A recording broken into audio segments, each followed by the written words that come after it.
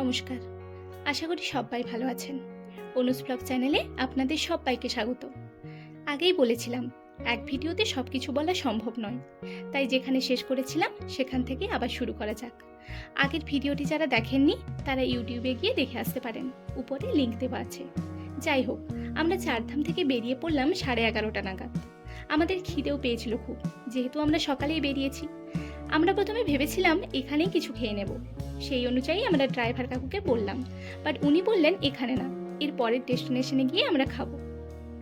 তারপর আমরা বেরিয়ে পড়লাম। নামচি জায়গাটা সমুদ্রতল থেকে 1675 মিটার মানে 5500 ফুট উঁচুতে অবস্থিত। তবুও এখানে কিন্তু কোনো কিছুরই অভাব নেই। সব রকম বড় বড় দোকান বাজার সব রয়েছে এখানে, মানুষ চাইলে কিনা করতে পারে, তাই না? এরপর অল্প সময়ের মধ্যেই আমরা সিদ্ধি সাই মন্দিরে এসে পৌঁছে গেলাম। যেহেতু আমাদের খুব খিদে পেয়েছিল, তাই সাই বাবার মন্দিরের ভেতরে যাওয়ার আগেই আমরা খেয়ে নিলাম। এই যে সেদিনের ব্রেকফাস্ট, চা আর ম্যাগি। খাওয়া দাওয়া শেষ করে আমরা সিদ্ধি সাই মন্দিরের দিকে এগিয়ে গেলাম। চারধাম থেকে মাত্র 3 কিলোমিটার দূরে অবস্থিত সোনালী লগের এই মন্দিরটি চারপাশে সুন্দর একটা ছোট্ট বাগান দিয়ে ঘেরা। সামনেই রয়েছে ছোট্ট দোকান, যেখান থেকে আপনারা পেয়ে যাবেন পূজা সামগ্রী এবং অন্যান্য নানা রকমের জিনিস, যা আপনি স্মৃতি হিসেবে কিনে নিয়ে যেতে পারেন। এই সুন্দর সাই বাবার মন্দিরটি সিকিমের অধিবাসীদের গিফট করেছিলেন সিকিমের honourable chief minister doctor Pawan Chamling. এখানে একটা ছোট্ট শিব মন্দিরও রয়েছে, আর এই যে সিঁড়িগুলো দেখছেন, এখান থেকে আপনি কাঞ্চনজঙ্ঘাও দেখতে পেয়ে যেতে পারেন। মন্দিরের ভেতরে প্রবেশ করলাম আমরা ধীরে ধীরে। এটা একটা দোতলা মন্দির। মন্দিরের বাইরে থেকে ভেতরের সমস্ত জায়গায় মডার্ন আর্কিটেক্টের কাজ রয়েছে। এই যে নিচের ফ্লোরে যেখানে আমরা বর্তমানে দাঁড়িয়ে রয়েছি, সেটি ভক্তদের ভক্তির সঙ্গে বন্দনা করার জায়গা। এখানে সাইবাবার মূর্তি রয়েছে।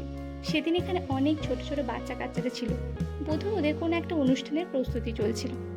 এরপর আমরা ফার্স্ট ফ্লোরের দিকে চলে যাচ্ছি। জাস্ট কাজগুলো দেখুন, এত সুন্দর যে চোখ সরানোই যাচ্ছে না।